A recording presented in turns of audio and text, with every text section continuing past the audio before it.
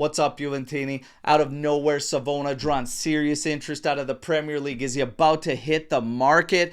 Osimhen gives his yes to Juventus, lists us as top priority. We've got the details on all that. We also have news on Tonali, Colani. Then we look at the injuries and suspensions facing Juventus in their next match against Udinese. What will Tudor do? We've got the latest, and I have a word on the street rumor for you that you're not going to want to miss. I'm Berto, this is the AJC, your channel dedicated to Juventus. It's May 12th. Let's rock with the news. We kick things off with Victor Osimhen. According to Alfredo Pedula and other sources, he has given his yes to join Juventus. He has also gone as far to list us as top priority, and Champions League qualification does not change anything on the player's decision. Juventus is his top priority. Now, Champions League qualification, however, will definitely matter to Juventus. We've heard about the €75 million release clause. That has nothing to do with Italian teams.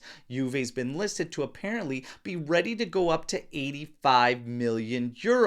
However, it is being reported that Napoli for Juventus to get Osimhen will have to step up to the tune of €100 million. I still just do not see this Osimhen thing going down.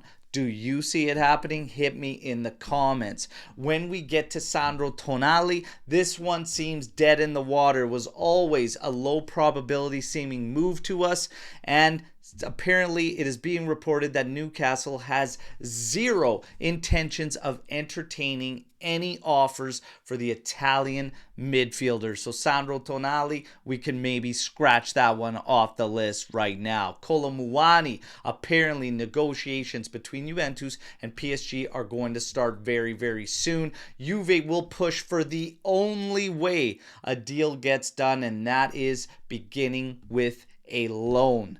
Let's see if PSG opens up to that, but it appears that our intention is still to retain Colani as well. Let's see. Savona, out of nowhere, hitting a ton of reports based on Premier League interest. He apparently has 4 sides after his signature. Man City and Liverpool are 2 of them. The other 2 are Bournemouth and Aston Villa. When it comes to the 22-year-old though, Juve has zero intentions on selling him. They haven't even set a price tag for the player. However, it is being listed that this could change at any moment depending on what price tag these clubs are willing to go to for the 22-year-old, as this move would be pure capital for Juventus.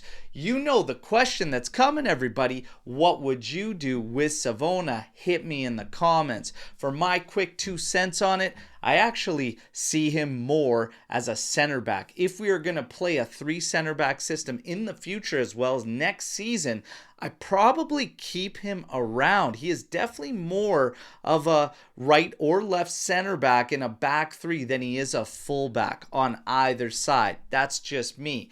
If the price becomes very strong to the tune of 30 million, which I don't expect them to step up to, I'd probably think about it.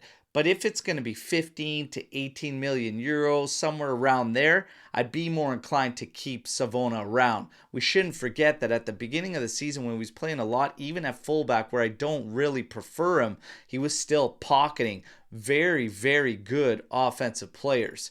Savona, tricky one coming up potentially for Juventus. Will he hit the market? Let's see. But remember, let me know what you would do. When it comes to the suspension front for Kalulu, he is facing a season-ending 2-match ban after the violent conduct red card against Lazio. When it comes to injuries and other suspensions, as we will also be without Kefren Turam and Savona, Tudor is going to have some decisions to make in the next match against Udinese. All right, and we are all watching Cambiaso and Lloyd Kelly's fitness going into that game, as well as co-miners. Alberto Costa probably given some freedom as he put in a very good shift against Lazio that was positive. But for now, the reports are that Tudor will slot Locatelli back, and you'll see a back three of Gatti, Locatelli, and Vega.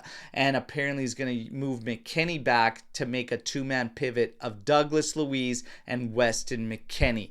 Those are the latest reports, but of course this could change and evolve based on players' availability heading into that game. When it comes to Tudor's future, the call is in Elkan's hands. He will decide what happens with Igor Tudor. And when you get to a word on the street rumor I have for you, it's that Elkan has apparently had multiple discussions with Michel Platini on coming back to Juventus as some part of upper management. That is the latest. Again, take it with a grain of salt, but the latest is that Elkan has reached out on numerous occasions as of late to try and get Michel Platini to come back to Juventus.